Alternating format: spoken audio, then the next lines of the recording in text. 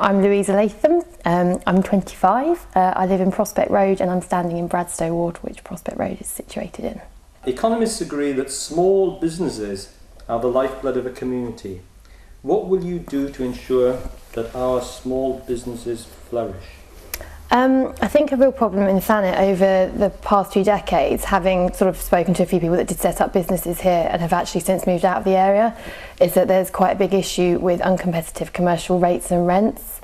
And obviously if you've got a flourishing business or businesses in the area, then they themselves will pay rates which will then feed back into the community. So for me actually I think that some kind of subsidies on rates and rents, or just trying to make them more competitive with other areas in Kent, would actually serve to improve the business sector, different business sectors in Thanet. In terms of Broadstairs, obviously, I think that we are moving very much to, I think somebody said, oh yeah, we don't need another panini shop. You know, that's quite a common thing that's said.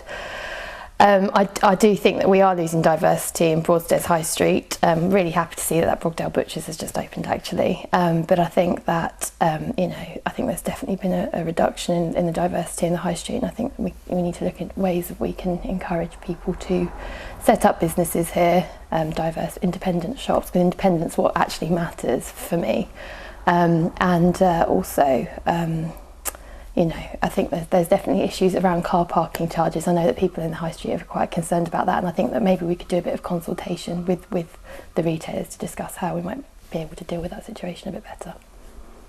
There have been several planning applications and licence applications accepted recently in Broadstairs. Despite there being outstanding public opposition, these applications seem to have still been passed. How will you support local opinion on these matters?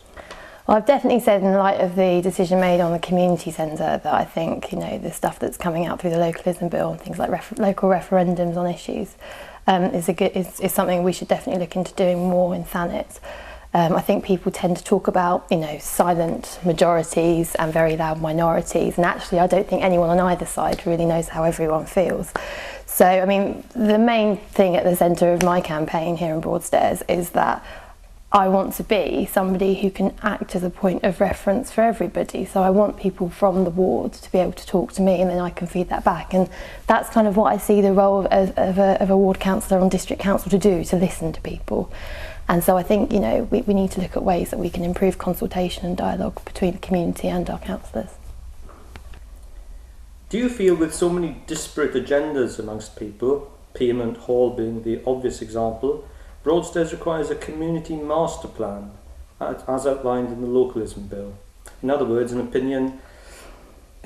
opportunity to think through planning, commerce, tourism, community facilities, etc. in a qualified and quantified way. Absolutely, yeah, I do. I think that in Thanet, I think one of the real shortcomings of the district council, through its, you know, being Tory, Labour, political point scoring, whatever, has been a real sort of short-termist, seeing things in a very isolated point of view, and I think actually we need to look at things in a holistic point of view. And I do think that, you know, planning feeds into tourism, which feeds into the economics, which feeds into everything, and I think that's actually one of the real strengths of the localism bill. I think this is a really, really important thing. And, you know, going back to the previous question, if you want improved consultation and dialogue within the community, then obviously a way of achieving that is to have a community plan where everyone gets to feed in and then have a little vote on it. So yeah, absolutely, I think that's definitely a good idea.